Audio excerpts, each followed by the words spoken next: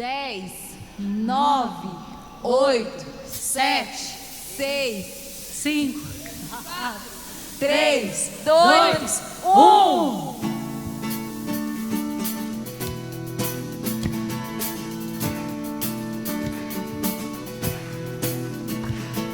Jesus, em tua presença, reunimos-nos aqui, contemplamos tua face e rendemos-nos a ti, pois um dia a sua morte trouxe vida a todos nós e nos deu completo acesso ao coração do Pai. O véu que separava já não separa mais, a luz que outrora apagada agora brilha e cada dia brilha mais. Só pra te adorar e fazer seu nome grande e te dar o louvor que é devido, estamos nós aqui.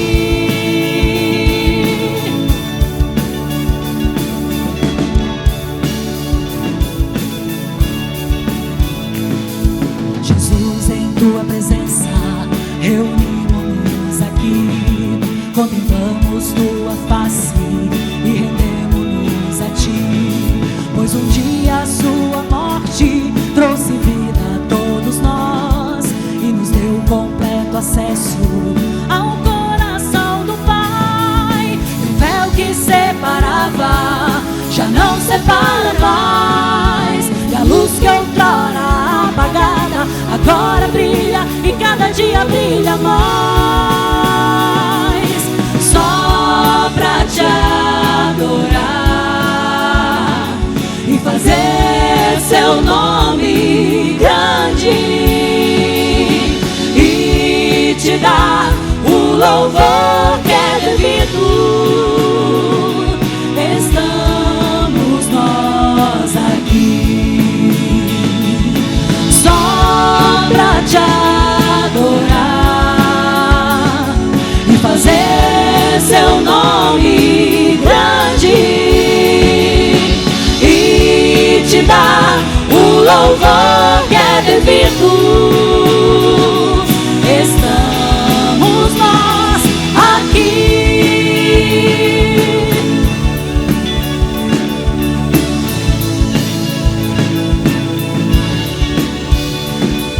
O véu que separava já não separa mais, a luz que outrora apagada agora brilha e cada dia brilha mais. Só pra te adorar e fazer seu nome grande e te dar o louvor que é devido, estamos nós aqui. Só pra te adorar e fazer seu nome grande e te dar o louvor que é devido, estamos nós aqui.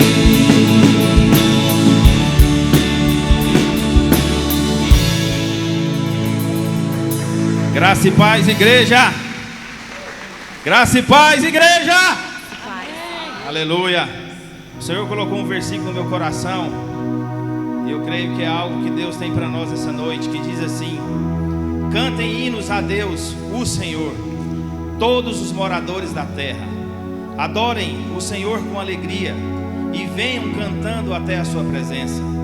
Lembrem que o Senhor é Deus. Vou repetir: lembrem que o Senhor é Deus. Ele nos fez e nós somos dele. Somos o seu povo, o seu rebanho. Entrem pelos portões do templo com ações de graça. Entrem nos seus pátios com louvor. Louvem a Deus e sejam agradecidos a Ele, pois o Senhor é bom, o seu amor dura para sempre e a sua fidelidade não tem fim. Amém? Irmãos, o Senhor quer que nós tenhamos nos nossos lábios motivos para adorar a Ele, motivos para glorificar o nome dEle.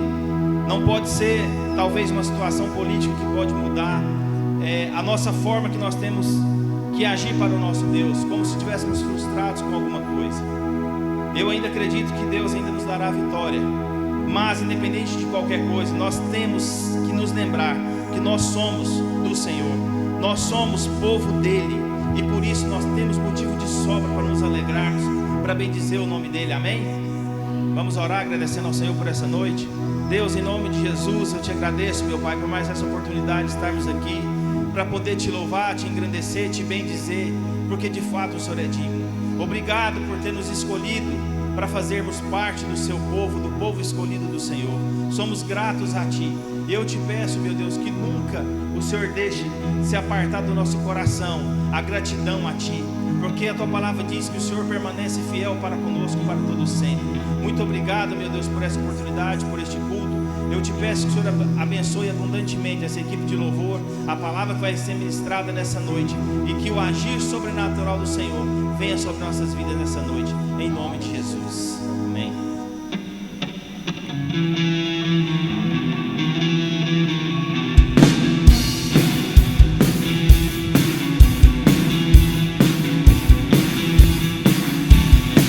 As forças surgem, se espero no Senhor, quando espero no Senhor, quando espero no Senhor.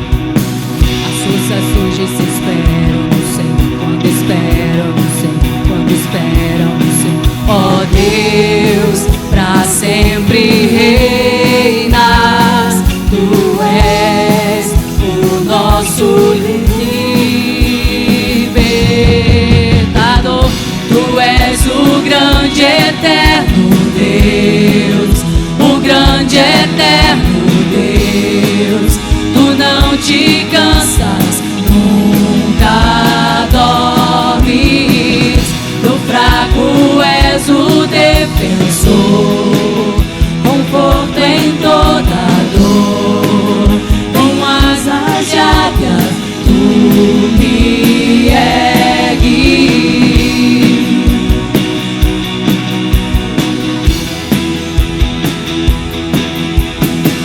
As forças surgem, se esperam no Senhor, quando espero no Senhor, quando espero no Senhor.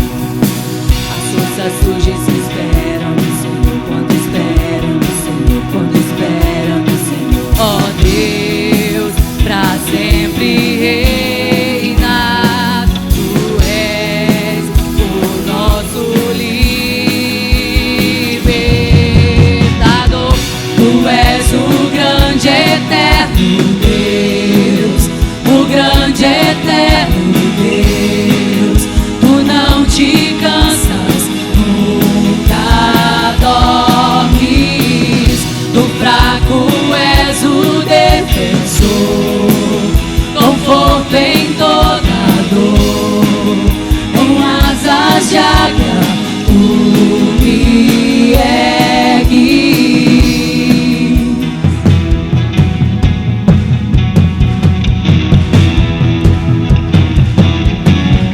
Ó Deus, pra sempre reinas, Tu és o nosso libertador.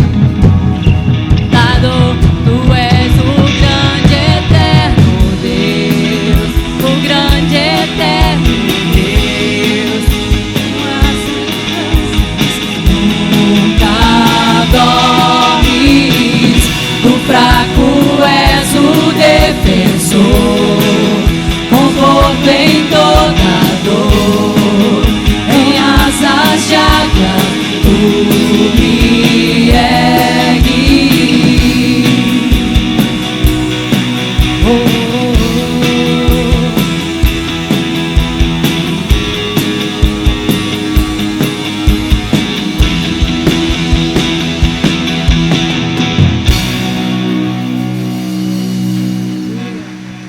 Aleluia, Senhor. Glórias, glórias ao Teu nome.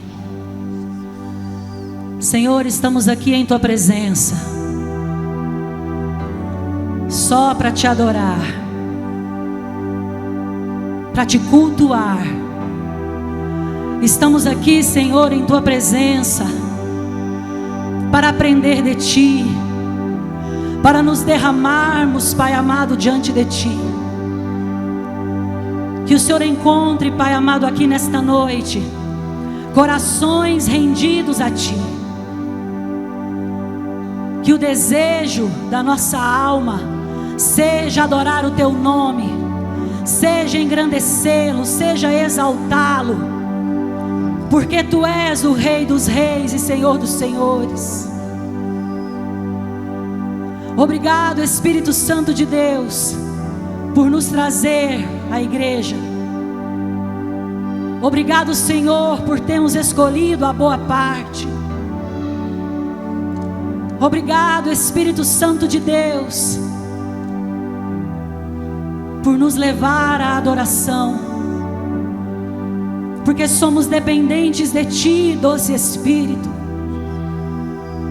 o amigo, o consolador, aquele que nos convence do pecado, da justiça e do juízo.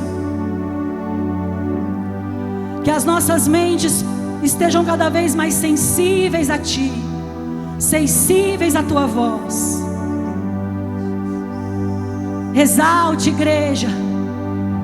Diga como o Espírito de Deus é precioso para você. Aleluias. Obrigado. Obrigado, doce Espírito. Aleluias.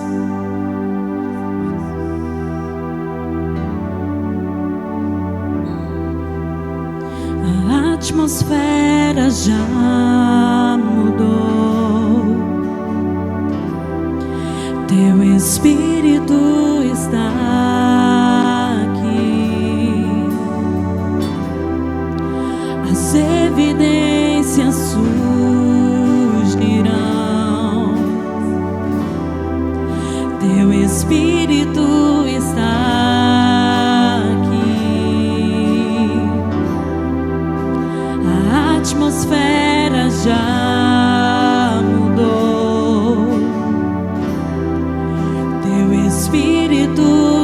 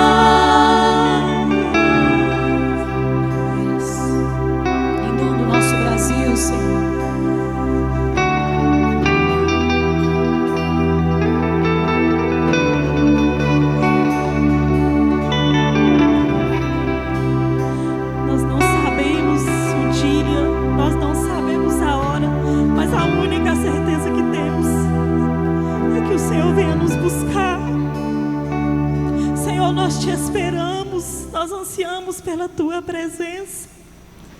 Senhor, nós queremos, junto no coral, declarar que o Senhor é santo, santo, santo, santo, santo. O que seria de nós, ó Deus, sem a Tua presença? O que seria de nós sem a Tua graça, a Tua misericórdia, o Teu amor? Pai, nós queremos desejar, ó Deus, que o Senhor esteja conosco, nos prepare para quando o Senhor vier, nós estaremos aptos, ó Deus, para Te glorificar, para Te honrar, ó Deus, e com os anjos, e com a Tua glória nós entraremos, ó Deus, em santidade. O Senhor vem buscar a Tua igreja,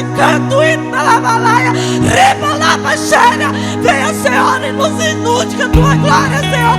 Venha com o Teu manancial, ó Deus, e desça sobre esta igreja. Desça sobre esta igreja. Nós queremos, ó Deus, Te ouvir. Nós queremos Te contemplar, ó Deus. Nós queremos Te sentir dia após dia. Senhor, venha com Teu Espírito Santo, Jesus, e caia fogo sobre esta igreja. Caia fogo sobre esta igreja.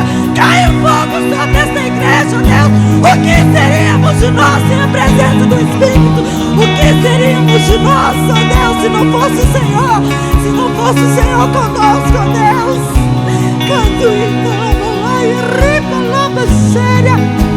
Oh Pai, nós Te desejamos, ó Deus.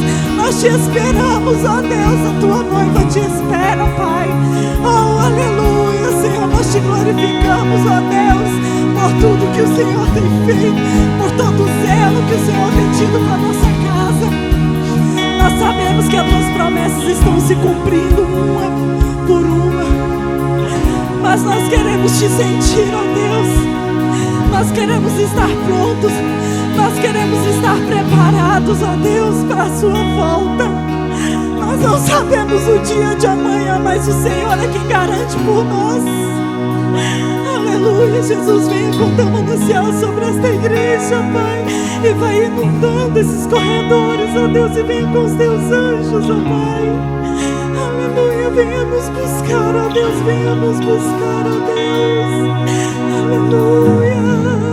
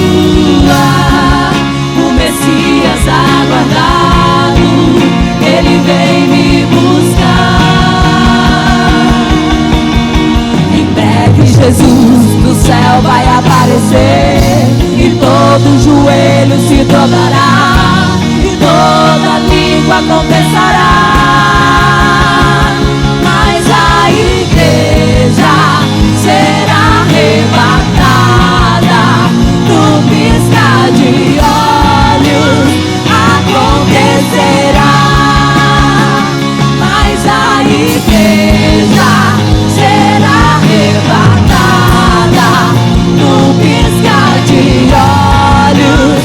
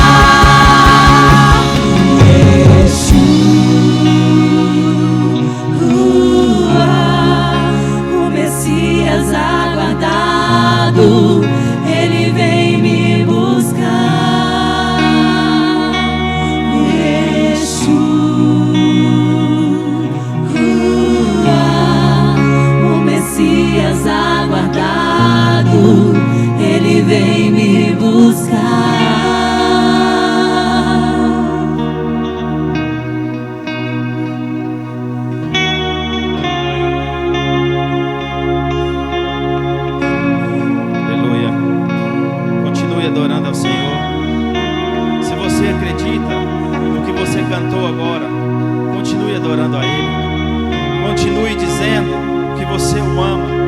Continue dizendo que Ele realmente é o Senhor da sua vida. Porque o Senhor nos fez essa promessa que um dia viria nos buscar. E é nisso que nós temos que acreditar. A nossa esperança, a nossa confiança tem que estar na palavra e nas promessas que o Senhor deixou para nós. Então exalte o nome dEle nessa noite. Exalte o nome dEle e glorifique o nome dEle. Porque de fato o Senhor merece a nossa adoração, o nosso louvor. Pai, nós somos gratos a Ti, Deus. Somos gratos a Ti. E nós temos essa certeza que um dia o Senhor vai nos buscar. Nunca deixe, meu Pai, que nós venhamos esquecer dessa promessa. Porque essa promessa, meu Deus, é o nosso combustível. É ela, meu Deus, que faz a nossa caminhada, meu Deus, a cada dia. Viver para o Senhor, entregar o nosso caminho a Ti, deixar de viver para as nossas próprias vontades, mas viver para agradar a Ti.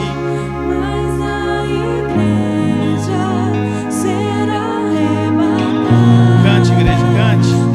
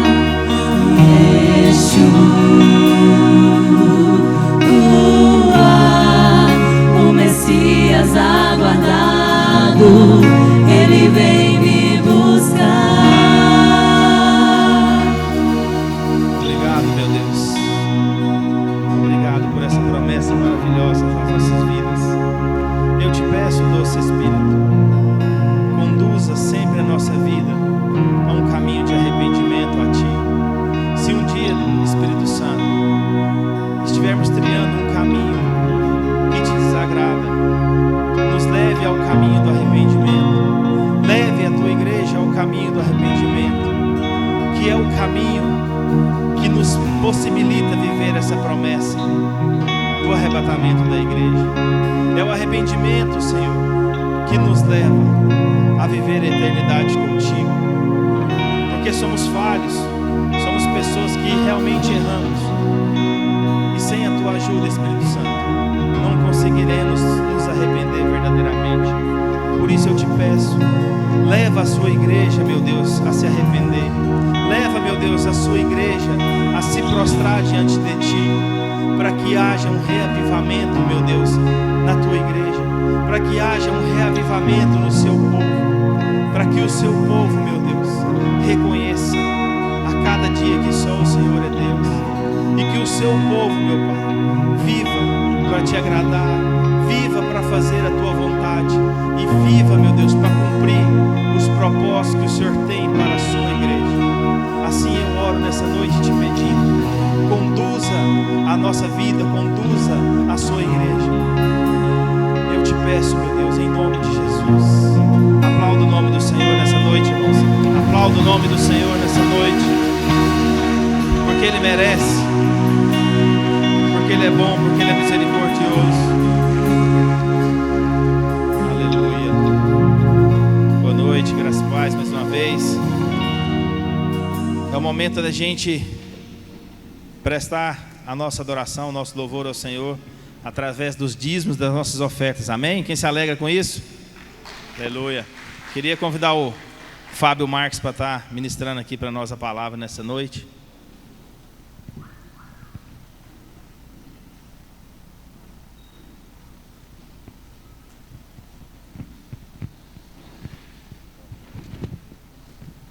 Boa noite, igreja, graça e paz. Essa semana eu estive meditando sobre o que a gente ia falar sobre dízimos e ofertas aqui. E Deus colocou no meu coração algo que é um pouco contrário ao que eu sentindo hoje, essa angústia por conta das eleições. Não posso omitir isso, que seria a alegria. Lázaro, projeta para a gente aí, 2 Coríntios 9, versículos 6 e 7. Por favor.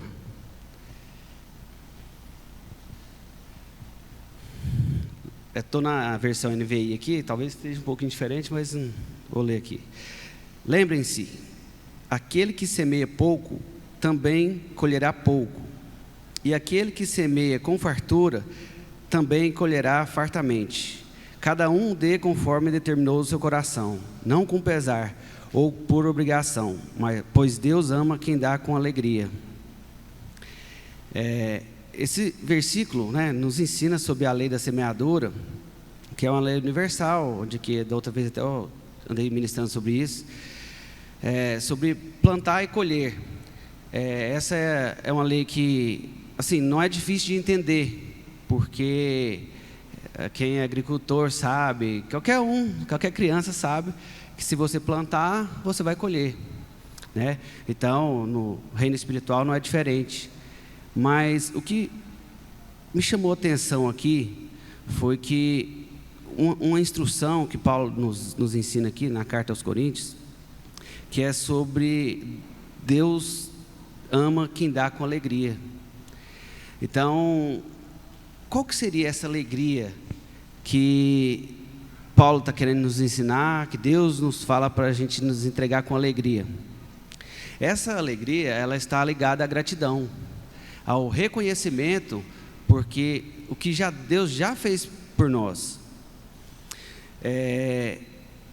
Toda vez que a gente levanta e vem aqui entregar um dízimo e uma oferta, é porque Deus já nos entregou. Então, só depois disso que a gente tem a condição de levantar aqui e entregar. E uma outra alegria que também veio ao meu coração, que eu estivesse ministrando aqui com vocês, seria a alegria, porque somos regidos por um outro reino. Não é o reino com as leis humanas, apesar de a gente ter que seguir elas, mas o nosso Deus, a palavra dele é reta, ela não faz curva, ela não tem si, ela tem vai acontecer. E todas as promessas que Deus faz em nossas vidas, elas irão se cumprir. Então, uma grande promessa que Deus nos fez, foi a maior de todas elas, é estar com Ele no paraíso. Porque toda vez que a gente consegue tirar os olhos desse mundo e colocar eles diante do reino de Deus, diante do que está sendo preparado para a gente não tem dificuldade nenhuma de desprender do material, desprender daquilo que Deus nos entregou.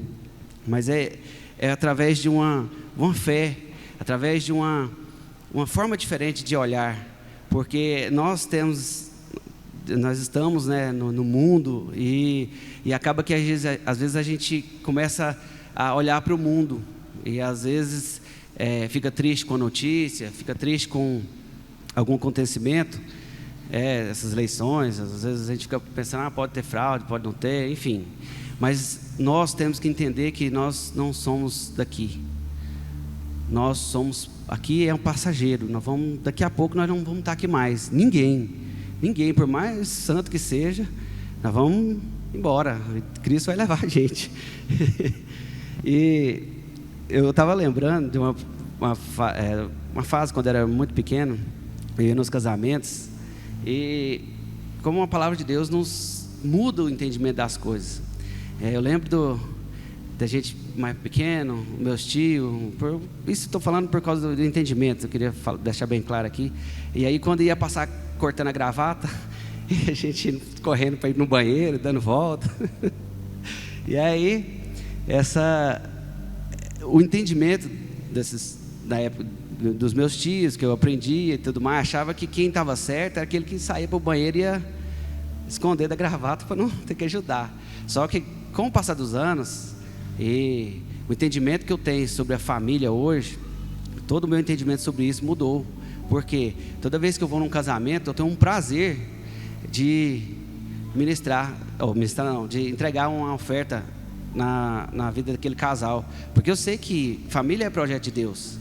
Família é projeto de Deus. Então toda vez que eu estiver abençoando uma família, eu estou ajudando a cumprir um princípio da palavra de Deus. Estou ajudando a estabelecer uma família, ou seja, com conselho de um casal que estiver em crise. Enfim, toda vez que você estender a mão para uma família, aquilo vai voltar para você.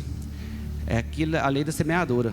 Então, com esse novo entendimento, eu queria que trouxesse as salvas e que cada um refletisse sobre o que pode ser semeado a mais na vida, não somente aqui, mas na sua vida pessoal, profissional. Tragam suas ofertas e com alegria iremos louvar a Deus.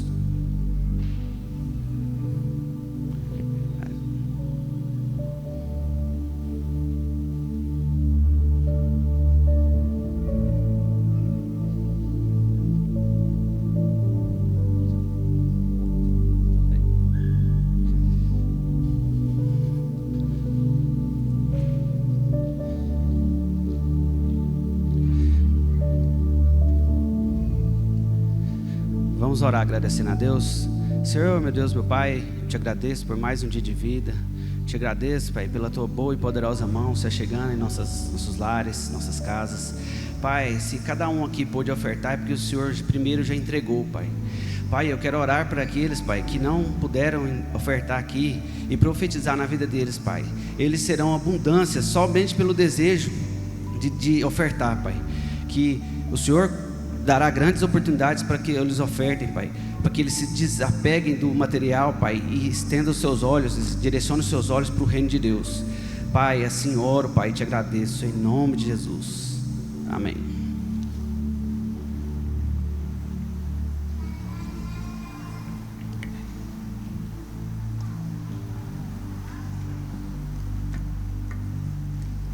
Aleluia. Boa noite, queridos, graças e paz.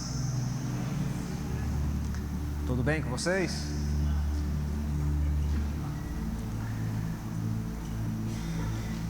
Quem aqui fez o propósito? Se coloca de pé. Vamos entregar o nosso propósito. Acima de tudo, nós oramos para que a vontade do soberano Deus fosse feita. É claro que eu particularmente apresentei meu desejo, mas como Ele não é apenas meu Salvador, Ele é meu Senhor, eu orei para que a vontade dEle seja feita e que a vontade de Deus continue sendo feita. Ele continua sendo o Senhor, Ele continua no trono, Ele continua reinando, Ele está no controle de todas as coisas. E uma coisa eu tenho certeza, eu creio que algumas coisas ainda vão acontecer daqui para o final desse ano. Eu ainda creio que vai ter algumas coisas que vão acontecer. Porém, se não acontecer, e se esse governo de esquerda assumir o governo da nossa nação, uma certeza eu tenho: o tempo do fim está mais próximo do que a gente imagina. Porque a palavra de Deus nos orienta que esse tempo de perseguição viria sobre nós. E tem uma profecia, várias profecias, que diz que o avivamento vai sair da nossa nação, vai sair do Brasil. Você acha mesmo que o avivamento vai sair do nada? Simplesmente porque nós decidimos avivar a igreja? Não é. Todo avivamento, quando você vai ver na história da igreja, todo avivamento ele está debaixo de perseguição. É óbvio que nós queríamos prolongar esse tempo, é óbvio que nos nossos dias a gente queria fazer com que nos nossos dias nós tivéssemos paz e não essa perseguição, mas estamos aqui para que a vontade de Deus seja feita. A Bíblia diz que cada nação tem o governo que merece, e que o povo de Deus ainda perece por falta de conhecimento. Que Deus tenha misericórdia de nós e que a vontade dEle, soberana dEle, prevaleça. Como tínhamos feito um compromisso há 3 semanas atrás, vamos entregar o nosso jejum, nosso propósito que ficamos de entregar aqui no culto, como prova do nosso amor e fidelidade a Ele. Deus Santo, em nome de Jesus, nós queremos, como igreja do Senhor, reunidos aqui nessa noite, meu Deus, congregando, adorando, exaltando, cultuando, bendizendo o Teu santo nome, nós queremos entregar nas Tuas mãos o nosso propósito, o nosso pequeno sacrifício, o nosso humilde sacrifício, Senhor, nesses 21 dias, em favor da nossa nação, em favor dessas eleições.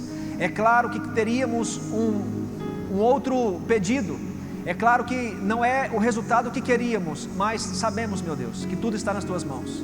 Um Deus que não poupou nem mesmo o seu próprio Filho, um Deus que nos ama, e porque nos ama nos exorta, porque nos ama nos corrige, um Deus que está no controle de todas as coisas, a ponto da Tua palavra dizer que nenhuma folha cai de uma árvore sem que seja da Tua vontade. Senhor, é claro que o Senhor está no controle dessa nação, é claro que o Senhor está vendo tudo que está acontecendo, é claro que o Senhor está a par de cada mentira, de cada calúnia, de cada corrupção. Meu Deus, em nome de Jesus, o Senhor sabe de todas as coisas. Nós entregamos o nosso propósito nas Tuas mãos, receba como prova do nosso amor, da nossa fidelidade para contigo. Deus, em nome de Jesus, se incline ao nosso propósito, nós entregamos nas mãos do Senhor, que o Senhor tenha se agradado de nós, de cada oração, de cada súplica, e acima de tudo, Senhor, a nossa oração foi: Tu és o Senhor do Brasil, faça a Tua vontade, cumpra-se o Teu propósito nessa nação. Sabemos que grandes coisas tem da parte do Senhor ainda por vir, e nós cremos que esses dias se aproximam. Portanto, Deus, nós entregamos essa nação, entregamos esse governo nas Tuas mãos. Venha o Teu reino e seja feita a Tua vontade. É o nosso clamor, é a nossa oração, é a nossa entrega nesse propósito, em nome do nosso Senhor e Salvador Jesus. Amém. Amém. Se assente, toma o seu assento.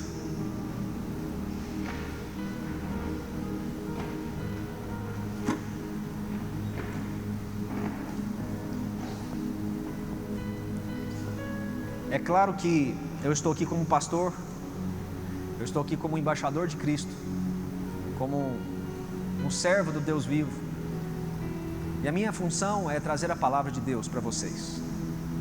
É óbvio que, apesar de tudo, eu sou um ser humano e estou perplexo, indignado, ainda não crendo.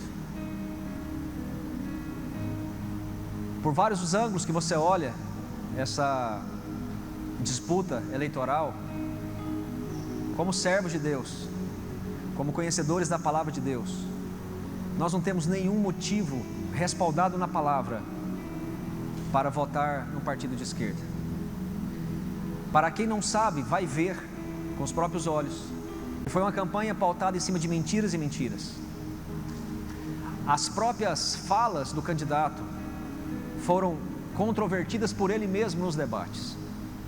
Acontece que cada um entrou debaixo da sua bolha, da sua preferência, e ficou ali quietinho. Eu confesso para vocês que antes de sábado passado, do De Frente com o Pastor, eu precisei sair um pouco da bolha que eu estava, daquilo que eu estava vendo, e entrar um pouquinho na outra bolha, e ouvi muita mentira, porque eu já estava de outro lado ouvindo muitas coisas e vendo muitas coisas.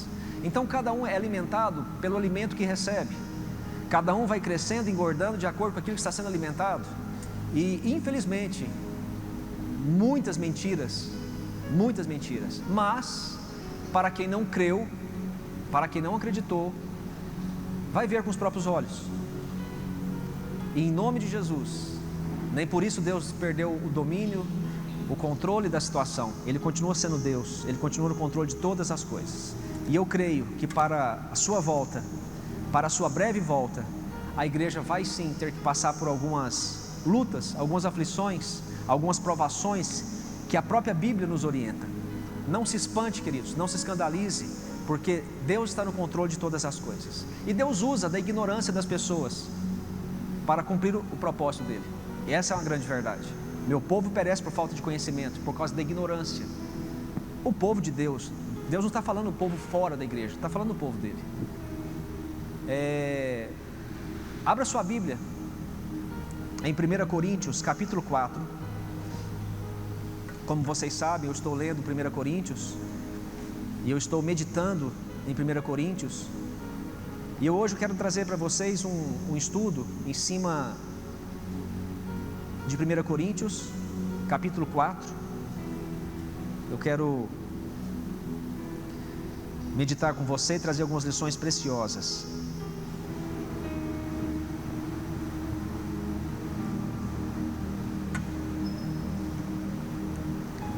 1 Coríntios, capítulo 4.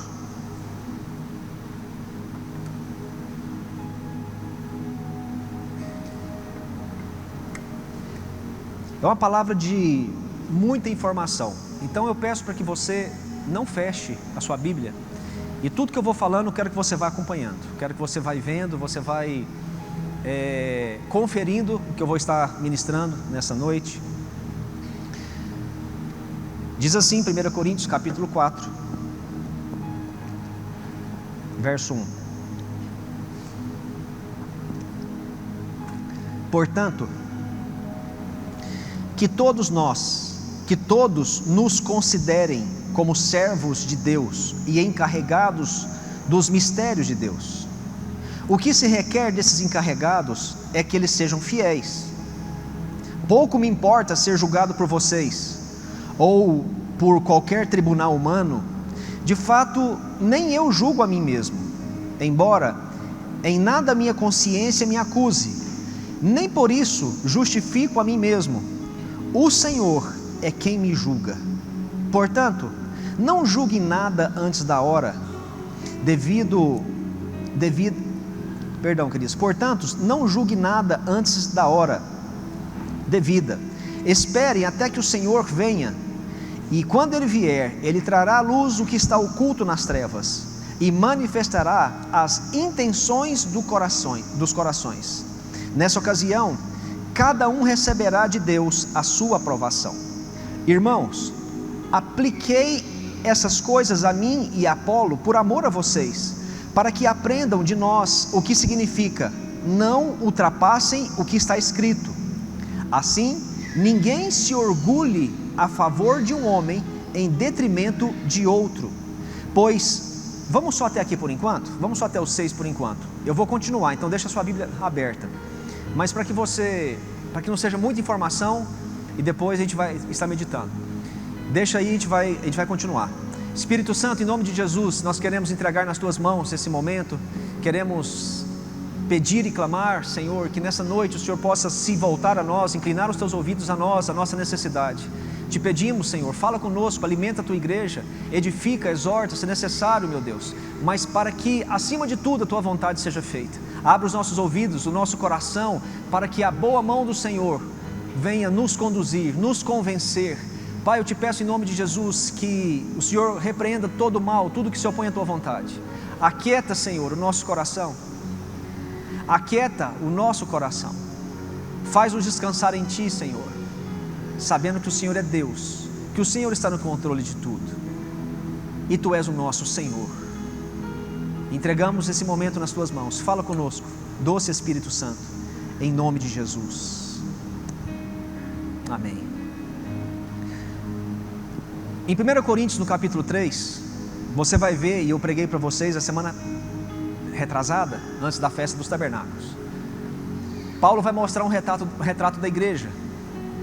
E Paulo vai falar que a igreja é como uma família, é como um campo, é como a construção de um templo. Vocês lembram disso?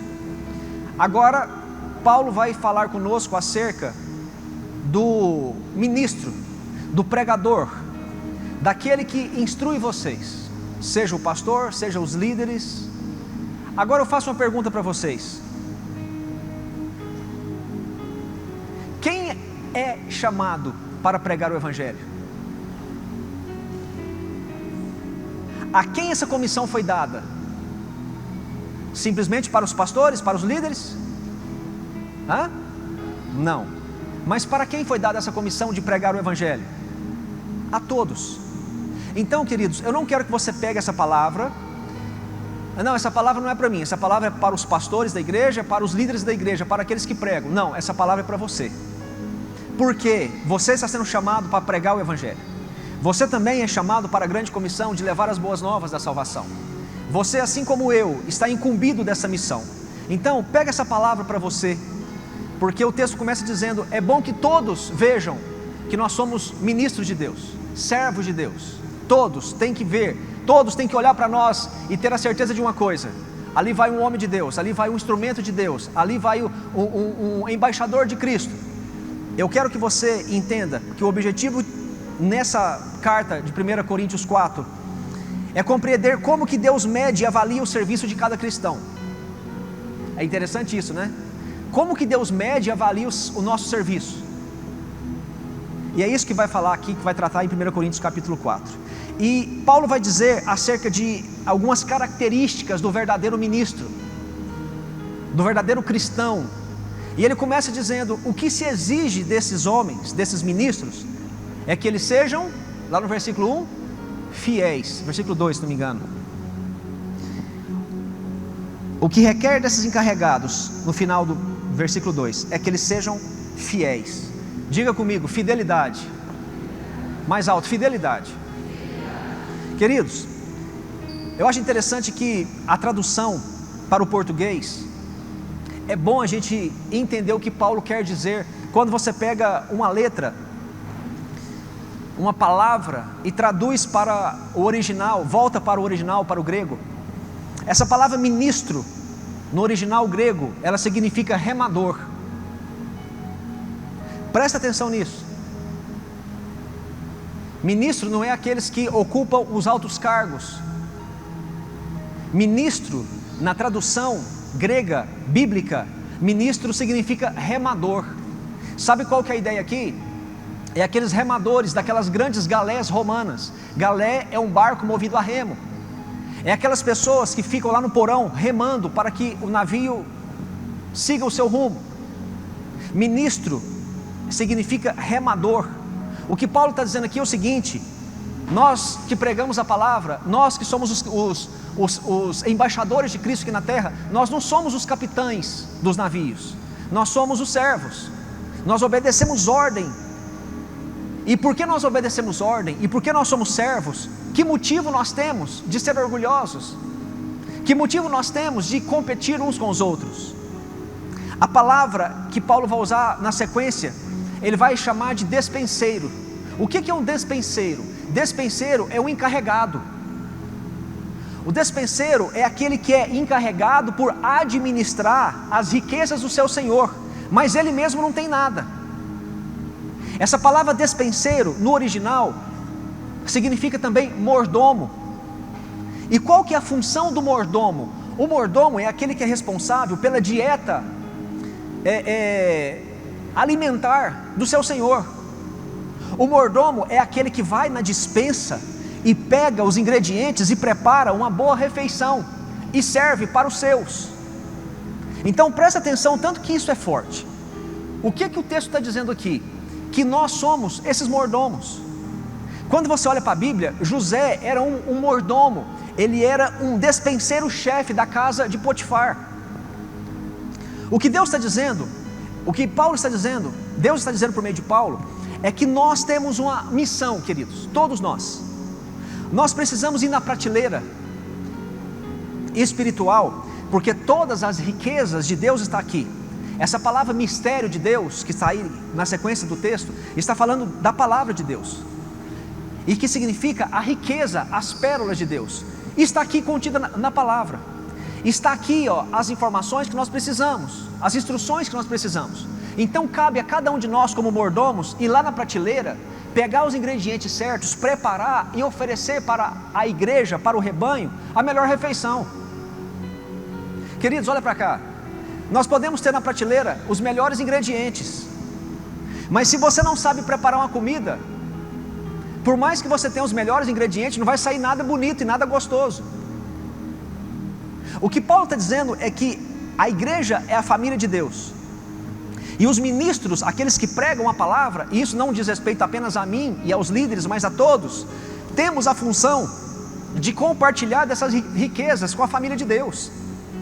Cada um que sobe aqui em cima, seja para dar uma abertura, uma palavra de dízimos e ofertas, seja num culto, seja numa célula, cada pessoa, ele é um dispenseiro, ele é alguém, ele é um ministro da palavra, ele é um servo de Deus, ele é um mordomo que está ali preparando o alimento para poder passar para a igreja.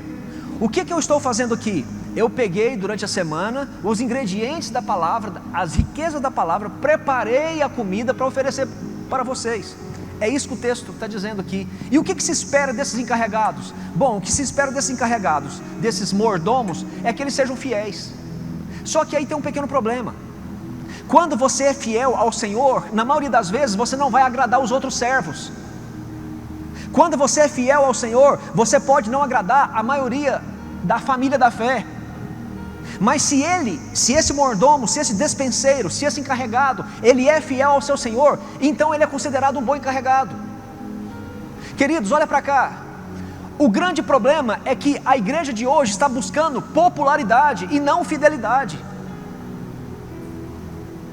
O que Deus requer dos seus despenseiros, dos seus mordomos, é que eles sejam fiéis, não apenas em cumprir o papel, a missão nos qual foi dada, mas também viver aquilo que nos foi orientado, de acordo com a palavra.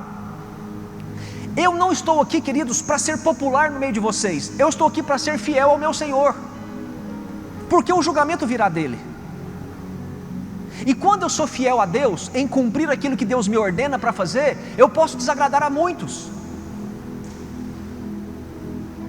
É difícil você conciliar, para não dizer impossível, popularidade com fidelidade. E o que Paulo está combatendo a igreja de Corinto é que eles estavam buscando popularidade e não fidelidade. E por isso Paulo vai bater, e por isso Paulo vai arguir acerca desses assuntos. A questão aqui não é será que a igreja gosta de Paulo? Não, a questão aqui não é essa. A questão aqui é, será que Paulo, assim como Apolo, assim como Pedro, será que eles estão cumprindo fielmente a missão que foi incumbida a eles? Será que eles estão sendo fiéis? Eu não vou ler por causa do tempo, mas lá em Lucas 12, a partir do versículo 41, o texto vai dizer, Jesus vai dizer a mesma coisa, e ele vai dizer que o que ele espera de nós é que quando o Senhor voltar, ele encontra os seus servos, os seus mordomos, fazendo exatamente aquilo que foi ordenado. Porque a Bíblia diz que esse Senhor, ele vai voltar numa hora, num momento em que ninguém espera. Vocês querem ler o texto? Eu acho que vale a pena, põe aí, Lázaro. Lucas 12. Pedro perguntou, Senhor, está contando essa parábola só para nós ou para todos os outros? Ao que Jesus respondeu, quem é, pois, o administrador fiel e sensato, a quem seu Senhor encarrega dos seus servos para lhe dar sua porção de alimento no tempo devido? Feliz o servo a quem o seu Senhor encontra fazendo assim quando ele voltar. Garanto-lhes que ele o encarregará de todos os seus bens. Mas suponham que esse servo diga a si mesmo, meu Senhor está demorando e vai demorar para voltar, e então eu vou comer e vou bater nos servos e nas servas, vou comer, vou beber e vou me embriagar. O Senhor daquele servo virá num dia em que ele não espera e numa hora que ele não sabe, e punirá severamente e lhes dará um lugar com os infiéis. Aquele servo que conhece a vontade de seu Senhor e não prepara o que ele deseja, nem o realiza, receberá muitos açoites. Mas aquele que não conhece e pratica coisas merecedoras de castigo, receberá poucos açoites. A quem muito foi dado, muito será exigido. A quem muito foi confiado, muito mais será pedido. Olha o que o Senhor está dizendo aqui. O Senhor foi, mas Ele vai voltar. E Ele é o dono. E Ele confiou todas as riquezas a mim e a você. E o que Ele espera quando Ele voltar? É que Ele encontre a gente fazendo a vontade dEle. E qual é a vontade dEle, queridos? Você precisa saber. Qual que é a vontade de Deus para mim e para você? Que nós sejamos fiéis, mordomos fiéis, administradores, encarregados daquilo que Ele tem confiado a nós. Quem que é esse bom encarregado? Bom, é aquele que cuida do seu testemunho pessoal, é aquele que cuida bem da sua família, é aquele que está tendo temor no seu ministério pessoal. Esse é o servo fiel. Sabe qual que é o grande problema? E me chama a atenção lá no versículo 47, aquele servo que conhece a vontade do seu Senhor e não prepara, e não faz. Pergunto para você, qual que é a vontade do Senhor para a sua vida? Qual que é o propósito que Ele tem na sua vida? Pastor, eu ainda não sei. Querido, está na palavra. Está na palavra. Ele quer que você seja fiel. Ele quer voltar e encontrar a gente fazendo aquilo que Ele mandou. E o que Ele mandou fazer? Discípulos. O que Ele mandou fazer? Pregar o Evangelho. O que Ele mandou fazer? Ser uma testemunha viva dEle aqui na terra. O que Ele me mandou fazer? Ser uma carta escrita por onde eu for. Vocês estão entendendo, queridos? Vocês estão entendendo? Amém? Aí Paulo vai falar aqui, a partir do versículo 3, ele vai falar acerca de 3 julgamentos. E ele vai dizer o seguinte, lá no versículo 3, ele começa a dizer o seguinte: eu não me importo de ser julgado por vocês e nem por qualquer nenhum tribunal humano. Paulo tinha convicção que o julgamento, queridos, olha para cá, o julgamento verdadeiro vai vir do seu Senhor. O julgamento verdadeiro vai vir de quem? Do Senhor. A pergunta que eu faço, e falei isso na semana passada: Ele é Senhor da sua vida? Ou Ele é apenas o seu Salvador? Ele só serve para te levar para o céu. Você não quer se submeter à vontade dEle aqui na terra? Queridos, quando eu tenho Jesus como Senhor, eu descanso. Quando eu tenho Jesus como Senhor da minha vida, eu não fico preocupado, eu não fico ansioso. Ainda que me sobrevenha males, ainda que o mal me cerca, ainda que eu passe por vale de sombra de morte, eu não vou temer, porque o Senhor está comigo.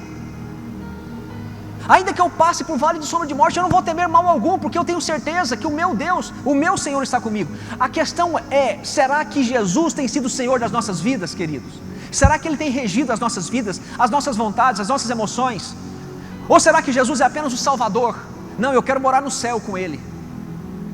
Eu conversava essa semana e eu falava, infelizmente, essas questões políticas, cada um olha para o próprio umbigo, cada um está interessado no seu próprio interesse. A verdade é essa: ninguém está muito preocupado com a nação em si, ninguém está muito preocupado desde que o candidato se volte para ele, não importa se ele rouba, não importa o que ele faça, desde que ele olhe para mim, ele olhe para a minha classe, para a minha família. Infelizmente, queridos, é um povo egoísta, é um povo egoísta. Infelizmente isso é uma realidade. Agora vamos pensar comigo no que diz respeito às questões espirituais. Será que é muito diferente?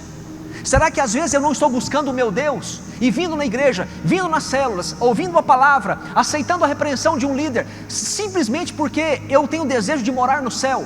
Será que não é por interesse pessoal? Ou será que é porque de fato eu amo o meu Senhor de todo o coração, a ponto de eu me abster das coisas do mundo para fazer a vontade dEle aqui na terra? Será que nós, a igreja do Senhor, será que nós estamos vivendo esse nível de maturidade? Ou será que nós estamos fazendo como está fazendo na política? Cada um vota por si, cada um vota naquilo que gosta. Não, na época do candidato tal, eu consegui comprar isso, aquilo, outro, eu consegui comprar picanha e colocar na minha mesa. Enfim, a pessoa queria um bloqueio em cima daquilo e acha que aquilo é uma verdade, porque ela foi favorecida naquele tempo. Somos egoístas. E será que nós não estamos sendo egoístas no que diz respeito ao julgamento? Será que Jesus é Senhor da minha vida e da sua? Ou será que Ele é apenas Salvador? Eu não estou dizendo quando nós o buscamos, porque todos nós, quando buscamos o Senhor, não é porque nós amávamos, porque nós não conhecíamos. Como você vai amar alguém que você não ama?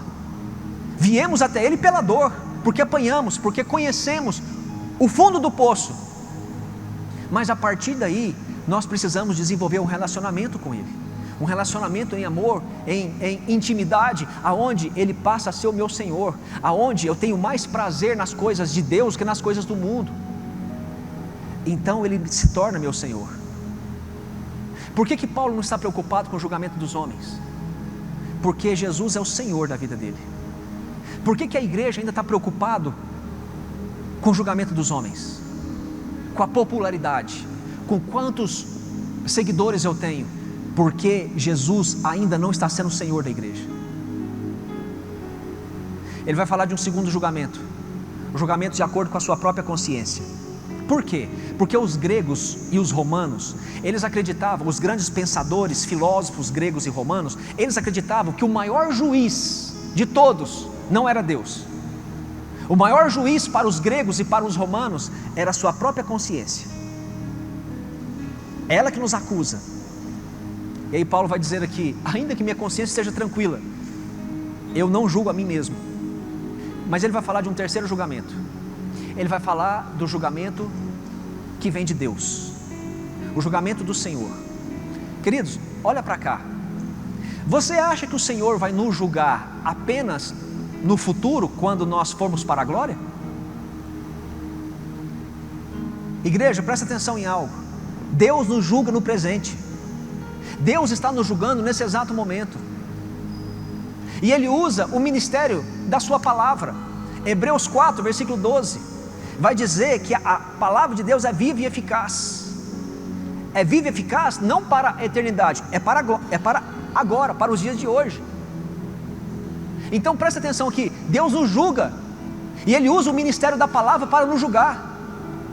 Se você está vivendo de acordo com a palavra ou não. Ah, pastor, mas eu não conheço. O problema é seu, a palavra está aqui, você deve conhecer, para que você não erre, para que você não peque, para que você não esteja em desacordo com a vontade do seu Senhor. Então nós somos julgados no presente século, sim. Somos julgados também, queridos, presta atenção nisso, não apenas pelo ministério da palavra, mas pelo ministério do Espírito Santo, porque a Bíblia diz que Ele nos convence do pecado, da justiça e do juízo. Mas também, queridos, nós somos julgados no presente por pessoas que nos ama e que nos exorta em amor. De qualquer forma, nós somos julgados no presente, sim.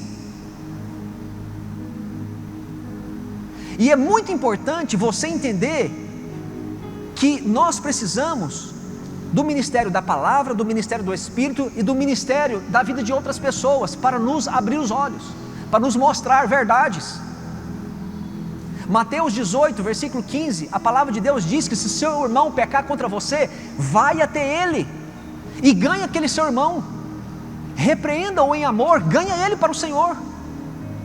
Hoje em dia a gente não pode exortar a igreja, hoje em dia a gente não pode falar de um pecado, abrir o olho de uma família, porque as pessoas estão feridas, elas se sentem machucadas, acusadas. Queridos, louve a Deus se tem alguém sobre a sua vida que te exorta. Louve a Deus se Deus colocou alguém na sua vida que está preparando o alimento para trazer para você, para que você seja alimentado e edificado. Louve a Deus se tem um líder sobre você que te exorta, que te ensina o caminho. É nossa obrigação, queridos, exortar uns aos outros em amor, crescer em amor, aprender a criticar em amor para o crescimento da igreja. Essa é a obrigação da igreja. Só que nós estamos vivendo no meio de um povo doente, que você não pode conversar, não pode exortar. Feliz foi Paulo, que não tinha mulher, que não tinha filhos, e ele fala isso. Eu não estou falando aqui dando indireta não, Paulo diz isso, porque ele fala assim: se você quer se dedicar ao ministério, não casa não, tenha filhos não, se dedique única e exclusivamente ao ministério, porque se você casa, você vai ter problemas, se você tem filhos, você vai ter mais problemas. Semana passada eu passei por um de frente com um pastor, e fizeram algumas perguntas aqui, perguntas direcionadas para mim, e me perguntaram: o que o senhor acha de um pastor que exorta os filhos dos outros, mas não exorta o próprio filho? Eu falei: eu acho que uma pessoa dessa é um grande guerreiro, porque se alguém está passando luta interna dentro de casa e ainda encontra força para exortar a casa do outro, é um grande homem de Deus. Nós estamos vivendo no meio de um povo em que não aceita a disciplina do irmão, do líder, do pastor. E olha o que a Bíblia diz, porque esse julgamento de Deus vai vir, e é nossa função entender uma coisa. Efésios 4, versículo 15: antes, seguindo a verdade em amor, cresçamos em tudo naquele que é o cabeça, que é Cristo. Paulo está falando do julgamento dos homens, ele não importa, porque Jesus é Senhor. Ele não está preocupado com o julgamento da sua própria consciência, ainda que ele esteja em paz com a consciência dele, porque ele sabe que a consciência não é o nosso juiz, mas ele se preocupa com o julgamento do Senhor. Deus o julga no presente, mas o foco do que Paulo está colocando aqui em 1 Coríntios 4 é o julgamento final, é a avaliação final que todo cristão vai passar diante do tribunal de Deus. Isso está lá em Romanos 14, versículo 10, e 2 Coríntios 5, versículo 10. Agora, presta atenção nisso. Nessa ocasião, nesse julgamento final, todos vamos passar pelo crivo de Deus. E esse julgamento, sim, esse é fiel e verdadeiro. Nesse, toda mentira vai ser exposta. Por quê? Deus conhece não apenas todas as circunstâncias, Deus conhece também todas as motivações. Então, um Deus que conhece todas as circunstâncias e conhece a motivação do coração de cada um, então você pode ter certeza de uma coisa: o julgamento será fiel. Queridos, olha para cá. Nesse dia, a Bíblia diz que toda a verdade vai ser revelada. Teve mentiras na campanha do Lula? Eu creio que sim. Teve mentiras na campanha do Bolsonaro? Pode ter tido também.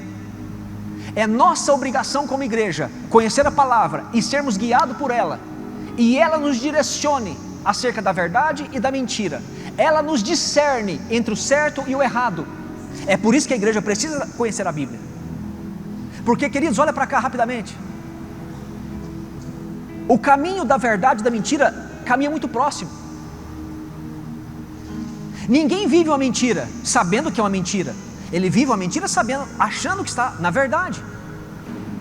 O caminho do bem, presta atenção nisso, o caminho do bem e o caminho do mal, eles são muito próximos. Eu vou ou não vou? Eu entro ou não entro? Eu tomo ou não tomo? Eu acesso ou não acesso? Eu ligo ou eu não ligo? Entenda, queridos, o mal e o bem pode estar na palma da sua mão. Você pode tomar a decisão aqui, ó, está muito próximo. O certo do errado está muito próximo.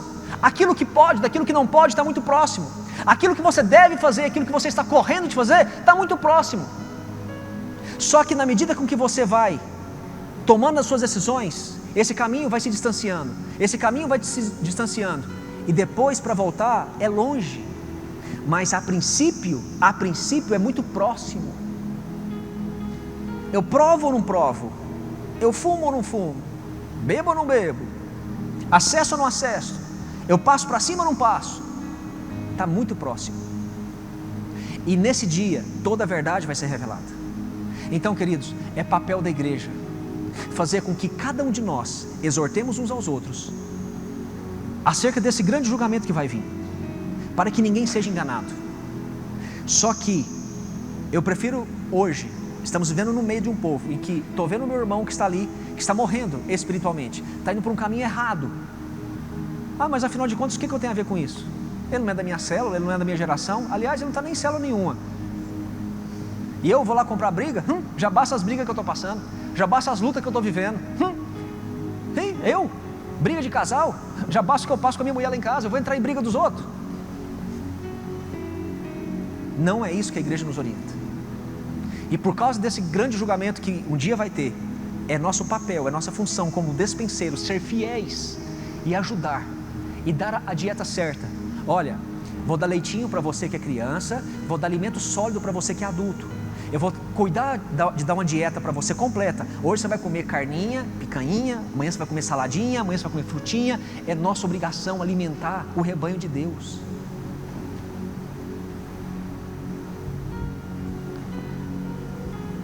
Aí no versículo 5, deixa eu correr que meu tempo já está em 30 minutos quase.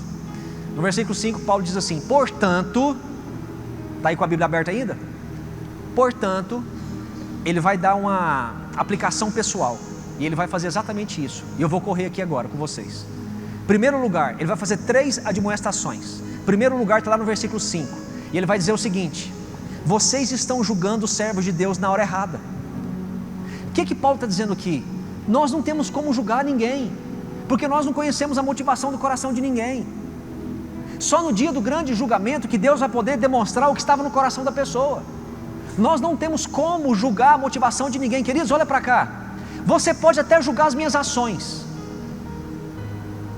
mas você nunca pode julgar a minha motivação. Eu como pastor, eu vou confessar para vocês, eu já cometi muitos erros assim, de julgar um contexto ou uma pessoa olhando naquilo que eu vejo, sem conhecer a real motivação daquela pessoa. Paulo está dizendo o seguinte: não façam isso não. Segundo, está lá no versículo 6, vocês estão usando o parâmetro errado. Os coríntios, o pessoal da igreja de Corinto, eles mediam de acordo com as suas preferências pessoais. Eles comparavam os seus líderes, os seus ministros, de acordo com as suas preferências pessoais. E a única coisa que deve ser avaliada é o que está na palavra. Por isso que aqui, ó, no versículo 6, não ultrapasse aquilo que está escrito, não vai além do que está aqui. Queridos, olha para cá. Não existe um parâmetro novo para você julgar a mim como ministro. Não existe um parâmetro novo para que eu te julgue. O parâmetro está na palavra de Deus. É a palavra de Deus que vai mostrar para mim claramente qual que é a vida e qual que é o serviço que nós devemos fazer no Senhor. Terceiro, versículo 6, parte B. Vocês estão julgando pelo motivo errado. Eles rebaixavam o ministro para poder exaltar um outro. Eles falavam mal de um em detrimento de outro. Queridos, a igreja de Corinto não era apenas uma igreja local. Uma cidade grande como era a cidade de Corinto, a segunda maior cidade do Império Romano, não tinha apenas uma igreja, tinha várias. Então, havia comparação entre os seus pregadores, entre os seus pastores. Assim como há comparações entre o ministério Manaim e o ministério A, o ministério B e o ministério C. As comparações não estão restritas apenas a essa igreja local. Como que eu avalio um pastor? Não é se ele prega muito bem, não é se ele é popular, é se ele é fiel. Eu não posso impor um julgamento sobre ninguém além daquilo que a palavra me orienta. Vocês estão entendendo o que Paulo quer dizer aqui? É isso que Paulo está dizendo aqui. Promoviam um partidarismo, e esse partidarismo gerava o que dentro da igreja? Divisão. Agora, está com a Bíblia aberta? Versículo 7, acompanha lá comigo a sequência do texto. E isso aqui é muito forte, o que nós vamos ler, presta atenção. Continuação do texto de 1 Coríntios 4, versículo 7. Pois quem torna vocês diferente de qualquer outra pessoa? O que você tem que não tenha recebido? E se o recebeu, por que você se orgulha como se assim não fosse? Vocês já não têm tudo o que vocês querem? Vocês já não se tornaram ricos? Vocês chegaram até a ser reis, e sem nós. Como eu gostaria que vocês realmente fossem reis, para que nós também reinássemos com vocês. Porque me parece que Deus nos colocou a nós, os apóstolos, em último lugar, como condenados à morte. Viemos a ser espetáculo para o mundo, tanto diante de anjos como de homens. Nós somos loucos por causa de Cristo, mas vocês não. Vocês são sensatos em Cristo. Nós somos fracos, mas vocês são fortes. Vocês são respeitados, mas nós somos desprezados. Até agora estamos passando fome, sede, necessidade de roupa. Estamos sendo tratados brutalmente. Não temos residência certa e trabalhamos arduamente com nossas próprias mãos. Quando somos amaldiçoados, abençoamos. Quando perseguidos, suportamos. Quando caluniados, respondemos amavelmente. Até agora nos tornamos a escória da terra e o lixo do mundo. Paulo vai fazer aqui uma espécie de um sarcasmo gospel, um sarcasmo santo, para falar uma coisa: o que Deus exige de nós como cristãos? Fidelidade. Mas aqui Paulo vai tratar de uma outra característica fundamental: humildade. Paulo vai usar esses parâmetros, esses contrastes, para levar o pessoal da igreja de Corinto a ser um povo humilde. E ele chega e começa dizendo assim: nós temos tornado espetáculo para o mundo. Talvez essa palavra para nós seja um pouco complicada, a gente não entenda isso tão bem, mas na época do Império Romano, todo mundo entendia essa palavra. Por quê? Porque o governo romano era mestre para fazer algo que determinada política hoje faz com o povo. Tem um ditado que eu acho que você já ouviu falar, que se você conseguir dar pão e diversão para a população, ela fica satisfeita. Os romanos eram fera em fazer isso. Eles davam pão para os cidadãos e davam diversão para os cidadãos, davam ocupação para eles. E qual que eram as suas ocupações? No qual o Coliseu se tornou a maior palco disso. Era festividades esportivas que eles faziam, mas também eles pegavam aqueles prisioneiros, abre-se parênteses, muitos desses prisioneiros eram cristãos que não negaram a fé em Jesus, E eles pegavam esses homens, depois de estar exaustos, fracos, acorrentados pelos pés, soltavam esses cristãos, esses condenados na arena, para poder lutar contra feras. Eles eram o espetáculo para que o mundo visse. E Paulo vai dizer que vocês já são reis, né? Vocês são ricos. Queridos, o pastor fundador da igreja de Corinto, falando isso para a própria igreja, para os próprios membros. Vocês não precisam mais, vocês estão ricos. E aí Paulo vai fazer esses contrastes com o intuito de levar esse pessoal à humildade. E ele começa falando, lá no versículo 7 a 9, vocês já são reis, né? Vocês já estão reinando, ganharam tanto dinheiro, vocês já são ricos. Mas nós ainda somos prisioneiros. Mas Paulo começa a fazer uma pergunta no versículo 7, e que todos nós devemos pensar nessa pergunta: quem que te faz ser diferente das outras pessoas? Quem que faz você sobressair sobre elas? Quem te faz ter o que você tem? Quem que te faz ser quem você é? Portanto, se é Deus, se você tem plena consciência disso, por que você se orgulha? Como se assim não fosse? Se você tem consciência que tudo vem dele, tudo é por ele, para ele, por que você se orgulha? Sabe o que eu vejo aqui? No versículo 7, o testemunho de João Batista: convém com que ele cresça e que eu diminua a cada dia. Paulo vai usar esse sarcasmo para dizer: vocês são ricos, vocês já estão abastados, aliás, vocês já são reis, e sem nós, quem dera se vocês de fato reinassem, para que eu pudesse reinar junto com vocês. Agora nós não, nós os apóstolos, nós os pregadores da palavra, ainda estamos sendo espetáculo para o mundo, o lixo desse mundo. Queridos, deixa eu dizer uma coisa para vocês: no ministério não há lugar para orgulho. Tem algo que eu tenho falado para a igreja, e principalmente para os meus 12, eu tenho falado há muito tempo: Deus vai prosperar vocês. Existe um decreto sobre nós, que nós seremos uma igreja santa, ungida e próspera. Existe um decreto sobre nós, que seremos um povo próspero. Agora, cuidado com o que você vai fazer com essa prosperidade. Cuidado com o que você vai fazer com a riqueza que Deus vai colocar nas suas mãos. Porque se você é fiel aos princípios, se você é fiel aos tributos espirituais, queridos, eu não preciso ser profeta para profetizar e dizer que você vai crescer, vai prosperar muito, porque Deus é fiel. Agora, o que você vai fazer com essa prosperidade?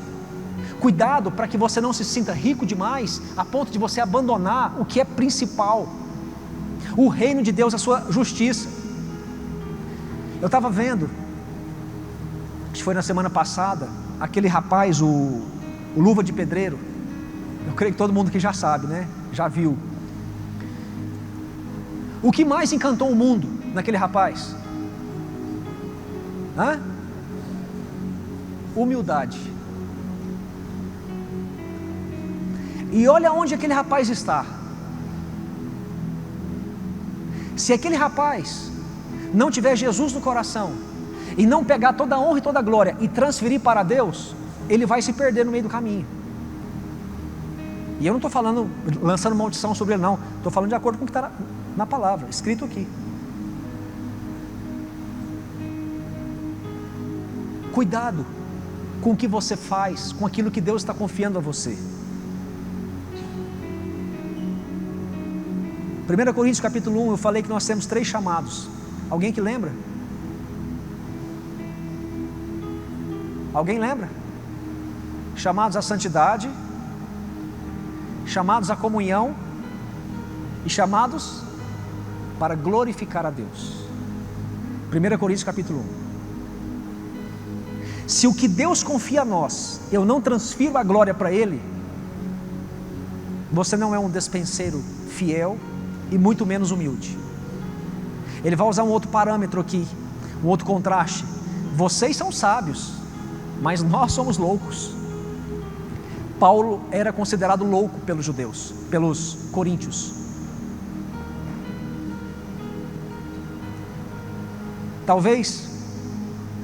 Talvez se Paulo tivesse continuado sua profissão de rabino, que ele era um rabino, talvez ele tinha alçado lugares muito altos perante os homens. Talvez se Paulo não fosse tão duro e fosse mais maleável com os judeus convertidos lá da igreja de Jerusalém, talvez Paulo não tinha passado por tanta perseguição. Sabe quem mais perseguiu o ministério de Paulo? Não foi os gentios, não. Quem mais perseguiu o ministério de Paulo foram os crentes da igreja de Jerusalém, que queria agregar a religião judaica à fé cristã. Foi quem mais perseguiu Paulo. Talvez se Paulo tivesse sido mais maleável, mais popular no meio dos crentes lá de Jerusalém, talvez ele não tinha recebido tanta perseguição. Só que, queridos, importa para os seus despenseiros ser fiéis, ser humildes na missão que Deus tem nos comissionado. Nós não estamos aqui para ser popular, estamos aqui para ser fiéis. Talvez, queridos, muitas pessoas que você assiste pelas transmissões estão buscando popularidade. Não estou falando de ninguém especificamente, mas talvez não está agindo com fidelidade. O que Paulo está dizendo é o seguinte: nós, os apóstolos, estamos passando fome e necessidade, somos considerados loucos por causa do amor que nós temos por Jesus, mas vocês não, vocês são sábios. Estou terminando. Ele usa um outro contraste lá no versículo 10, parte B. Vocês são fortes e nós somos fracos.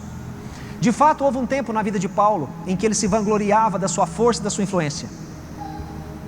Só que quando ele teve um encontro com o Senhor Jesus, ele descobriu que as suas habilidades não passavam de uma deficiência.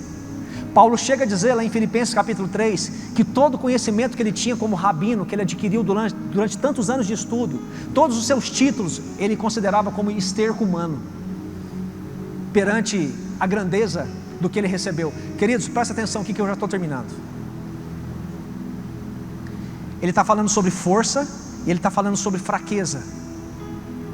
Vocês são considerados fortes, e nós, os apóstolos, os pregadores, aqueles que não nos calamos, somos tidos como fracos. Sabe o que Paulo descobriu, queridos? Paulo descobriu que a sua força espiritual vinha da sua fraqueza pessoal. Eu vou repetir. Paulo descobriu que a sua força espiritual vinha da sua fraqueza pessoal. Sabe qual que é o grande problema? É que nós estamos querendo ser fortes o tempo todo. Nós queremos ser irrepreensíveis o tempo todo. Nós queremos passar uma imagem para as pessoas que somos bons demais, que eu tenho um casamento perfeito, que eu tenho filhos perfeitos, que eu tenho um ministério perfeito, que eu tenho um emprego perfeito, que eu tenho funcionários perfeitos. Nós tentamos passar uma imagem de que nós somos fortes. Sabe o que é isso? Orgulho. E sabe quando que você é forte? Quando você está mais fragilizado, quando você está mais fraco. Porque Paulo vai dizer lá em 2 Coríntios que o poder de Deus se aperfeiçoa na onde, queridos? Nas nossas fraquezas. Então olha para cá, quer um conselho para que você se torne alguém mais leve, para que você não fique tão depressivo, tão ansioso? Para de querer ser forte o tempo todo. Para de querer passar uma imagem de que você é o melhor, que você tem tudo, que você pode tudo, que você é forte. Assuma a sua fraqueza pessoal. Isso não é vergonha não, isso é humildade. E quando você assim procede, você fica forte espiritualmente. Paulo descobriu isso. Paulo descobriu que todos os seus dotes, o seu conhecimento, a sua influência, a sua força, os seus títulos não passavam de escória, não passavam de esterco humano, perante a grandeza do que ele recebeu em Jesus. Então, desce do seu pedestal. Para de querer ser forte o tempo todo, para de querer ser irrepreensível o tempo todo. Isso é orgulho. O que se espera desses despenseiros? Que eles sejam fiéis, mas também eles precisam ser humildes. Por quê? Porque eles são servos. E não existe um servo maior que o outro. Sabe o que eu estou fazendo aqui? Eu estou aqui como despenseiro de vocês, como despenseiro do Senhor, servindo vocês, alimentando vocês. Que motivo eu tenho para se orgulhar. Se nada é meu, eu estou apenas alimentando o que Deus colocou na prateleira. E por fim, e o mais importante está do versículo 10c até o versículo 13. Vocês são considerados nobres, mas nós somos desprezados. Qual que era o grande problema? Qual que era a grande questão aqui? É que os cristãos da igreja de Corinto, eles desejavam honra que vem de Deus, e não a honra que vem dos homens, e não a honra que vem de Deus. Ao que Paulo vai dizer assim: se vocês de fato conhecessem a nós, se vocês se relacionassem conosco, os líderes de vocês, vocês veriam, estariam preparados para sofrer, porque nós estamos sofrendo. Nós não somos nobres não, nós somos desprezados. Aí o que eu acho interessante aqui, queridos, e eu quero encerrar aqui, a reação como Paulo lida quando as pessoas o tratam mal. A sua reação, a maneira das pessoas o tratarem. Eu postei essa semana um pequeno devocional e eu coloquei lá: aquilo que a vida faz conosco depende do que ela encontra dentro de nós. O que tem dentro de nós? Porque se nós estamos cheios de orgulhos, se nós estamos cheios de arrogância, de soberba, de presunção, se nós estamos cheios de amargura, quando as pessoas nos maltratarem, nós vamos revidar com a mesma força, com a mesma moeda. O que o texto está dizendo aqui é que Paulo, quando ele foi ultrajado, foi insultado, ele abençoou. Quando ele foi perseguido, ele não procurou vingança. Quando ele foi difamado, sabe o que ele fez? Ele buscou reconciliação. Em tudo, ele agiu em amor. Eu encerro fazendo uma pergunta para a igreja: o que a vida tem encontrado dentro de nós, queridos? Como nós estamos lidando com as demandas que nós enfrentamos no dia a dia?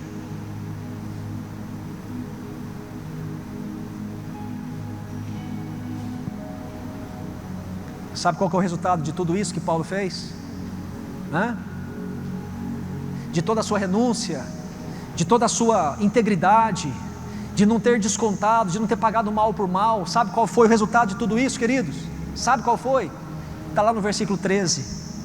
Até agora somos considerados lixo do mundo e escória de todos.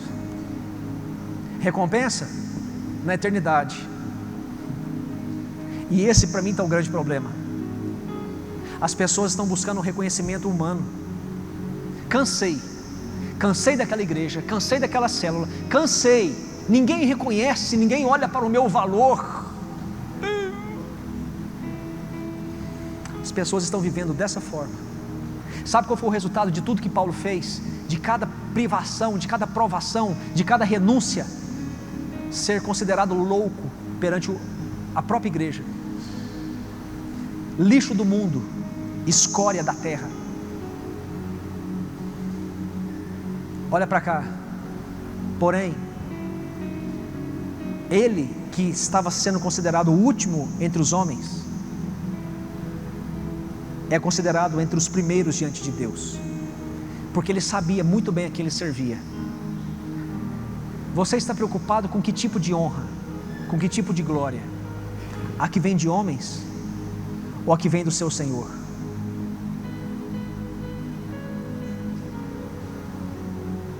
Por um instante, curva a sua cabeça.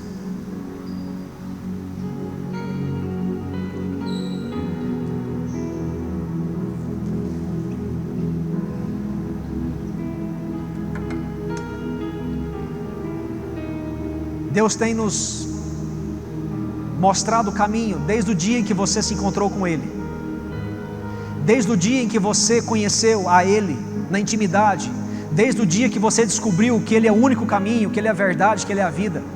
Deus tem se revelado a você, Deus tem te mostrado o caminho, Deus tem te mostrado o que é certo, o que é errado. Desde o dia que Deus te chamou, desde o dia em que você disse sim, Deus tem te orientado, tem te guiado, tem te mostrado o rumo, a direção, o caminho a seguir, a ponto de Deus te chamar de filho, de um servo, um administrador dos seus bens, da sua riqueza. O que nós estamos fazendo e como nós estamos agindo diante desse grande chamado, diante de tudo que o Senhor tem colocado diante de nós. Se você é o que você é, se você tem o que você tem, não vem de você, é pela graça, é pela misericórdia, é pelo poder dele. Quem fez você ser quem você é? Quem te fez diferente de todas as outras pessoas? Quem tem feito você sobressair? Acaso não é o Senhor? Então que motivo você tem para ser soberbo, orgulhoso, presunçoso? Deus está esperando de nós um povo fiel, um serviço fiel. E fidelidade não significa ser popular, não significa ser aceito por todos, mas significa que você está sendo fiel diante daquele que está te comissionando. Queridos, em nome de Jesus, que tipo de glória você está buscando para o seu ministério? Que tipo de glória você está buscando para a sua casa, para a sua família? Uma glória que vem de homens, que é passageira, ou uma glória que vem do seu Deus, do seu Senhor? Mas a pergunta fica: Ele é Senhor? Porque se Ele é Senhor, você está preocupado com o julgamento dEle e não com o julgamento de homens. Você está preocupado em ser fiel a Ele e não em ser fiel e popular no meio dos homens. Deus espera de mim e de você que nós sejamos fiéis, despenseiros, mordomos fiéis e humildes diante dEle. Deus quer, em nome de Jesus, que eu e você a cada dia avalie como está a nossa conduta, como está o nosso ministério, como que estamos lidando com tudo que Deus tem confiado a nós. É um tempo, eu creio, em nome de Jesus, em que Deus vai chacoalhar a igreja. É um tempo que Deus tem falado, eu tenho falado com vocês, vocês são testemunha, que vai haver um grande avivamento, que vai vir pessoas feridas, machucadas, e essas pessoas virão, serão cuidadas por mim, por você, pelo meu ministério, pelo seu, pela minha casa, pela sua casa, tudo para a glória do nosso Deus. E Deus espera de mim e de você fidelidade, humildade. Eu vou falar de uma terceira característica, mas não hoje, eu vou falar provavelmente no discipulado. E eu peço encarecidamente, em nome de Jesus, você tem vivido o seu ministério em fidelidade e humildade? Você tem sido fiel aos princípios da palavra? Você tem renunciado ao que o Senhor tem nos mandado renunciar? Você tem feito o que o Senhor tem nos mandado fazer? Você está cumprindo a comissão que Ele tem nos dado? Você está sendo um servo fiel? Ou você está sendo alguém simplesmente alimentado, fortalecido, edificado? Queridos, eu quero que você saiba, em nome de Jesus, há tempo para toda árvore dar frutos. E eu creio que está chegando o tempo de você, como uma árvore, um ramo enxertado na videira, produzir frutos. Deus está te preparando, Deus está te capacitando. A cada culto, a cada célula, a cada palavra, a cada conselho, a cada gabinete, a cada aconselhamento, a cada repreensão que vem da parte de Deus, Deus está te preparando para ser alguém capacitado, para que você produza frutos, e não apenas qualquer fruto, fruto que permaneça. Então, em nome de Jesus, eu oro, meu Deus, para que o Senhor capacite esse rebanho, para que o Senhor fortaleça a tua igreja. Eu oro para que o Senhor encontre aqui, Senhor, verdadeiros despenseiros, fiéis, humildes, que trabalham em pró da igreja, que trabalha sendo fiel ao Senhor, que é o Senhor da seara. Eu oro, meu Deus, para que o Senhor encontre aqui, meu Deus, homens e mulheres, verdadeiros adoradores, que te adorem em espírito e em verdade, homens que não negociem a fé, homens que não negociem o chamado, homens que não estão buscando glória de homens, homens e mulheres que estão buscando a glória do Deus Todo-Poderoso. Assim, meu Deus, eu oro, assim eu peço, assim eu clamo sobre essa igreja, em nome do nosso Senhor e Salvador Jesus.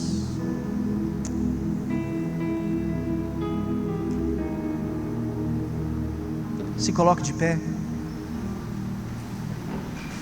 E eu quero que você adore ao Senhor com essa música. Eu quero que, como um ato profético, você saiba que o seu Deus está no trono. O seu Deus é o leão da tribo de Judá, e Ele está sentado no trono e Ele reina, e nada abalará a estrutura do seu trono de santidade. Adore ao nome do seu Deus, em espírito e em verdade.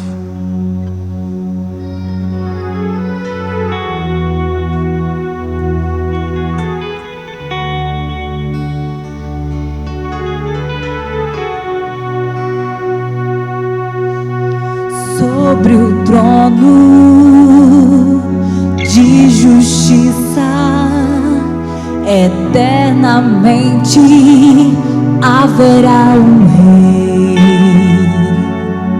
Ele voltará para governar as nações em amor. Que ruja o leão e que a terra estremeça diante da majestade de Jesus. Que ruja o leão e que a terra estremeça diante da majestade de Jesus.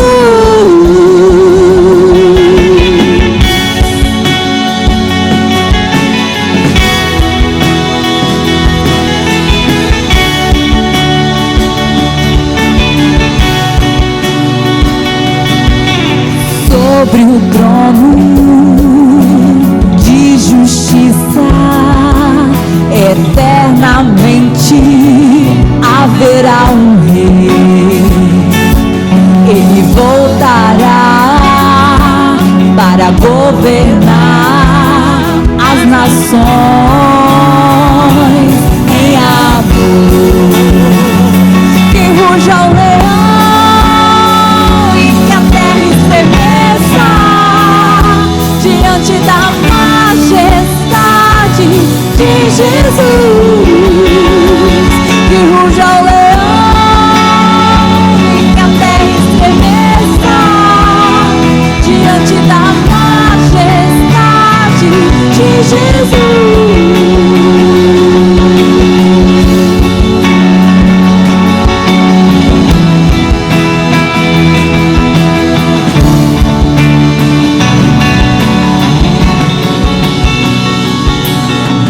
Descendente de Davi, o homem mais notável, ele ama a justiça, odeia iniquidade.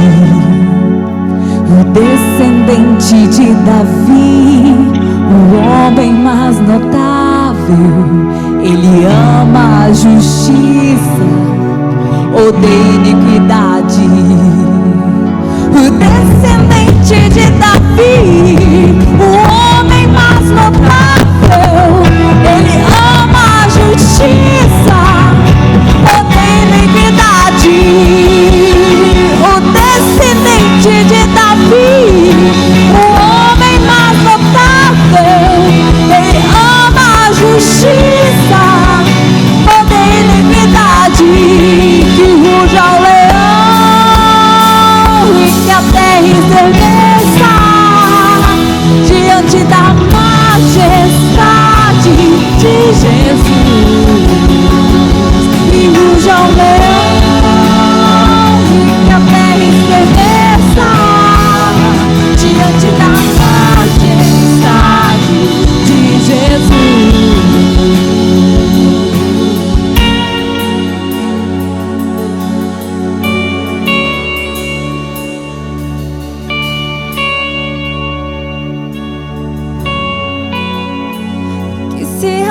Os céus, que o teu reino venha, nossa fé está no nosso Deus, e que se abra os céus, que o teu reino venha, nossa fé está no grande Deus.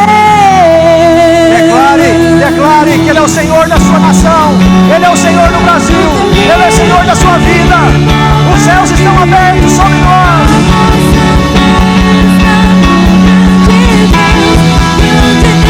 Que se abra os céus sobre nós, Senhor. Que o teu reino venha, venha o teu reino, Senhor. Nossa fé está no nosso Deus. E que se abra, que o teu reino venha. Nossa fé está no grande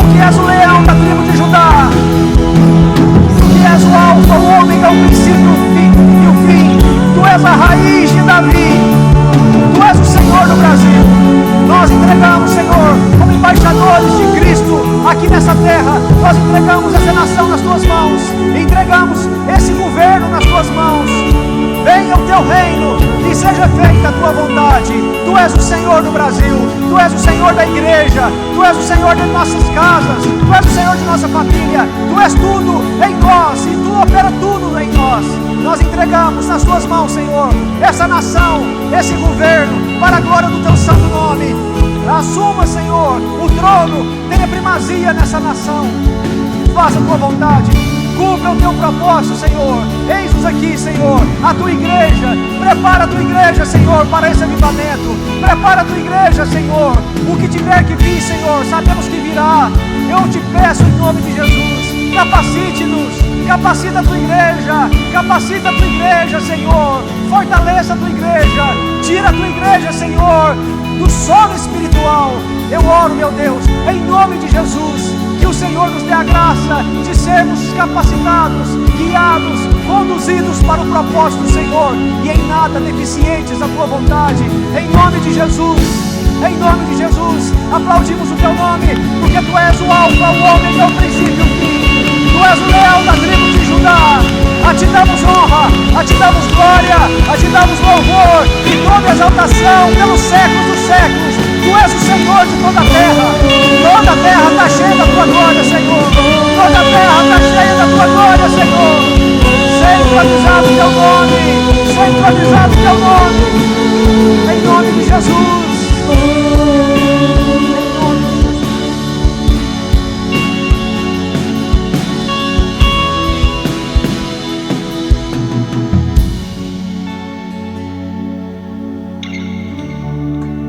Nós oramos, nós jejuamos. A igreja se levantou.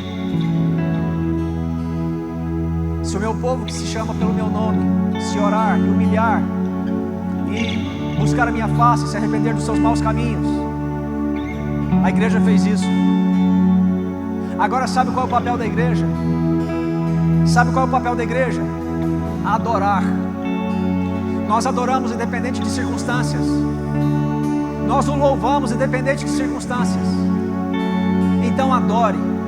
Quer um conselho do seu pastor? Chegue na sua casa e levante uma adoração e diz: aqui é o altar do Senhor nesse bairro, e eu te adoro pelo que o Senhor é, não pelo que o Senhor tem para me oferecer. Tu és o Senhor da minha vida, Tu és o Senhor do Brasil. Vamos adorar o nome do nosso Deus, porque Ele está no controle e Ele reina. Amém? Estenda as suas mãos.